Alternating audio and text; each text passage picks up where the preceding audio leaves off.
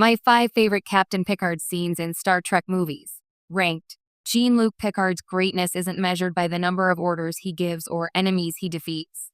It's measured by moments. Private fractures in the armor, flashes of moral clarity, and rare bursts of fury that remind us the calm, dignified captain is still profoundly human. Across 4 Star Trek films, Generations, First Contact, Insurrection, and Nemesis, Patrick Stewart gives Picard a cinematic life that's sharper, sadder, and more openly emotional than the television version ever allowed. Ranking Picard scenes isn't about spectacle alone. It's about which moments distill the essence of the character. His grief, his principles, his trauma, and his unwavering belief that humanity can and must be better. These are my 5 favorite Captain Picard movie scenes, ranked not by popularity, but by how deeply they reveal the man behind the uniform. 5 Picard sings A British Tar, Star Trek, Insurrection, 1998. This may seem like a strange choice for a list that promises Picard at his best, but stay with me. In Insurrection, Picard joins Worf, Data, and others in singing Gilbert and Sullivan's A British Tar. It's light, it's playful, and on the surface, it's almost frivolous. But that's exactly why it matters. Picard is often framed as Starfleet's most serious captain, the diplomat, the philosopher, the man who quotes Shakespeare and carries the weight of Federation ideals on his shoulders. Moments of levity are rare, and when they arrive, they're usually fleeting. This scene is different. Picard isn't performing authority or delivering a speech. He's simply enjoying himself. What makes this scene special is how earned it feels. By this point in Picard's life, he's faced assimilation, genocide, the loss of his family, and the slow erosion of the ideals he once thought Starfleet embodied perfectly. Seeing him laugh, sing, and share a moment of absurd joy with his crew feels like a quiet victory. It's Picard choosing life, not duty, not protocol, but simple human connection. Is it the deepest Picard moment? No, but it's one of the warmest, and that counts for something. 4 Picard faces his clone, Shinzen. Star Trek, Nemesis, 2002.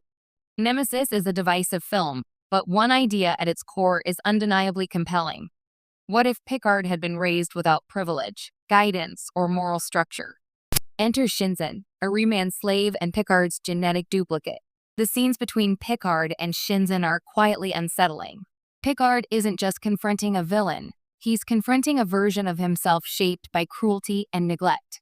Patrick Stewart plays these moments with restraint, letting the horror emerge not through anger, but through recognition. What makes this scene powerful is Picard's refusal to dismiss Shinzen as a monster. He acknowledges the shared origin, the parallel paths, and the tragedy of what Shinzen could have been.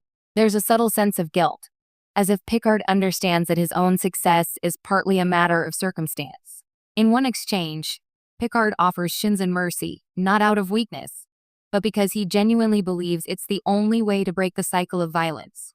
Shinzen's rejection of that offer doesn't diminish Picard's stance. It reinforces it. Picard's morality isn't contingent on winning. It exists because it must. For all of Nemesis's flaws, this confrontation captures Picard's defining strength, empathy even when it hurts. 3 Picard smashes the display case. Star Trek, First Contact, 1996. There's a moment in First Contact that shocks precisely because of how un-Picard it feels. When Lily challenges Picard about his obsession with stopping the Borg, she compares him to Captain Ahab, consumed by vengeance. Picard's response isn't calm rebuttal or philosophical debate. Instead, he explodes, physically and emotionally, smashing the glass case around his prized starship models while delivering a raw, furious monologue about the Borg. "They took everything I was," he snarls. "They invaded my mind. They took control of my body." This scene is Picard unmasked. The composed captain, the negotiator, the symbol of Federation restraint, gone. What remains is a man still haunted by assimilation, still bleeding from wounds that never truly healed. The brilliance of this scene lies in its discomfort. We are not meant to cheer Picard's rage. We're meant to understand it and recognize its danger. Lily's intervention matters because Picard listens. He steps back. He chooses not to become what he hates. This is the moment when Picard confronts his trauma instead of letting it define him. It's messy, ugly, and absolutely essential. 2. Picard breaks down over his family. Star Trek. Generations, 1994. For all its unevenness, Generations gives Picard one of his most devastating moments. After learning that his brother Robert and nephew Rene have died in a fire, Picard initially does what he always does. He compartmentalizes. He performs his duties. He maintains composure. But eventually, the grief overwhelms him. In a quiet scene aboard the Enterprise, Picard speaks to Troy about the family line ending with him.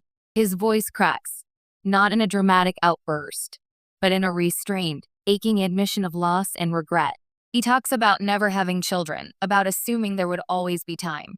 Patrick Stewart plays the scene with extraordinary subtlety. There are no speeches, no swelling music, just a man realizing that some choices, once made, cannot be undone.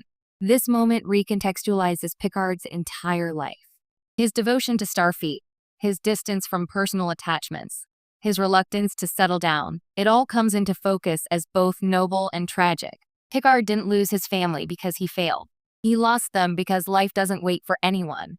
It's one of the most human scenes in all of Star Trek cinema. 1. The line must be drawn here. Star Trek. First Contact, 1996. If there is one scene that defines Captain Picard in the movies, this is it. As the Borg overrun the Enterprise E, Picard orders a retreat. When Lily questions the decision, Picard delivers a speech that is equal parts defiance and desperation. The line must be drawn here. This far, no further. On the surface, it's a rousing command moment, but beneath that rhetoric lies something far deeper. Picard isn't just defending Earth. He's defending the idea that some things are worth standing against, even when defeat seems inevitable. This scene captures Picard's paradoxical strength. He is willing to compromise when logic demands it, but utterly immovable when core principles are at stake. The Borg represent everything Picard despises. Forced conformity, the erasure of individuality, the triumph of efficiency over morality.